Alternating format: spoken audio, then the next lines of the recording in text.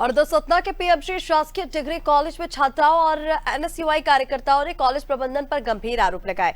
उनका कहना है कि कॉलेज में अनैतिक गतिविधियां होती है। कॉलेज प्रशासन महिला छात्रों के साथ अभद्र व्यवहार करता है।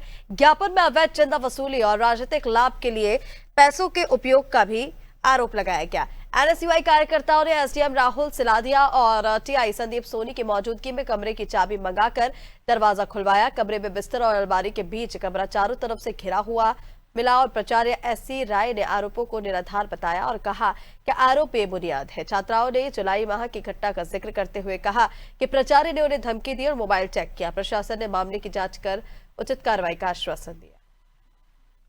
प्रमुख मुद्दे थे सर कि महिला प्रताड़ना, यहाँ जो महिला शिक्षक है उनको लगातार प्रचार द्वारा प्रताड़ित किया जाता है, छेड़छाड़ किया जाता है। ऐसे गंभीर मुद्दों पर एनएसयूआई सतना लड़ने आई थी। साथ ही महाविद्यालय परिसर के प्राचार्य ने शिक्षा वसूली की, चंदा वसूली की। सर महाविद्यालय के शिक्षकों को दबाव बनाकर इन्हें से जबरन चंदा वसूला गया, जो राजनीतिक पार्टी का एक प्रारूप है, उदाहरण है। साथ ही तीसरा प्रमुख मांग में मैं लड़ने आया था सर कि यहाँ पक्षपात गतिविधियों का महाविद्यालय प्रशासन द्वारा संचालन किया जा रहा है। एबीवीपी जब कोई कार्य करती है तो उसे बड़े हर्षोल्लास से मनवाया जाता है, लेकिन एनएसयूआई सतना जब उस विषय पर आती है तो ये हमको 307 जैसे मुकदमा पंजीबद्ध कराने की खुली चेतावनी देते हैं। बाद में जब मैंने इस रूम को, यहाँ महाविद्यालय परिसर में एक रूम है, उस रूम का नंबर है 6, उस रूम की चाबियां सिर्फ महाविद्यालय प्राचार्य के पास है और यह रूम रात में 8 बजे के बाद ही खुलता है। और इस रूम को मैंने मीडिया और प्रशासन के सामने खुली चेतावनी देकर मैंने इस रूम को खुलवाया, जहां आप सब ने देखा कि इस रूम में बिस्तर लगा हुआ है। तो साफ तौर पर यह स्पष्ट होता है कि महाविद्यालय प्राचार्य,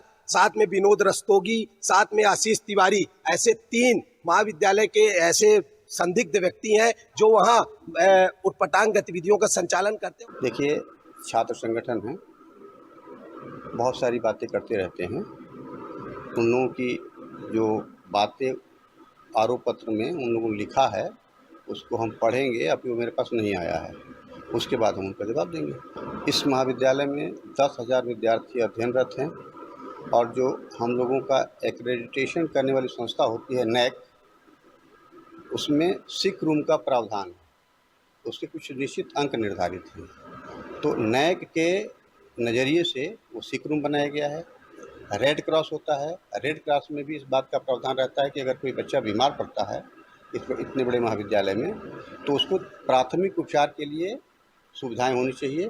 उसमें एक हल्का फुल्का शू होना चाहिए। द्वारा एक ज्ञापन आज दिया गया है दिनांक 28 अक्टूबर को शासकीय जो स्नातकोत्तर महाविद्यालय है उसमें जो आर्थिक अनियमितता है और पद का दुरुपयोग, शिक्षिकाओं के शोषण और महिला शिक्षकों की प्रताड़ना के संबंध में एक ज्ञापन के द्वारा दिया गया है।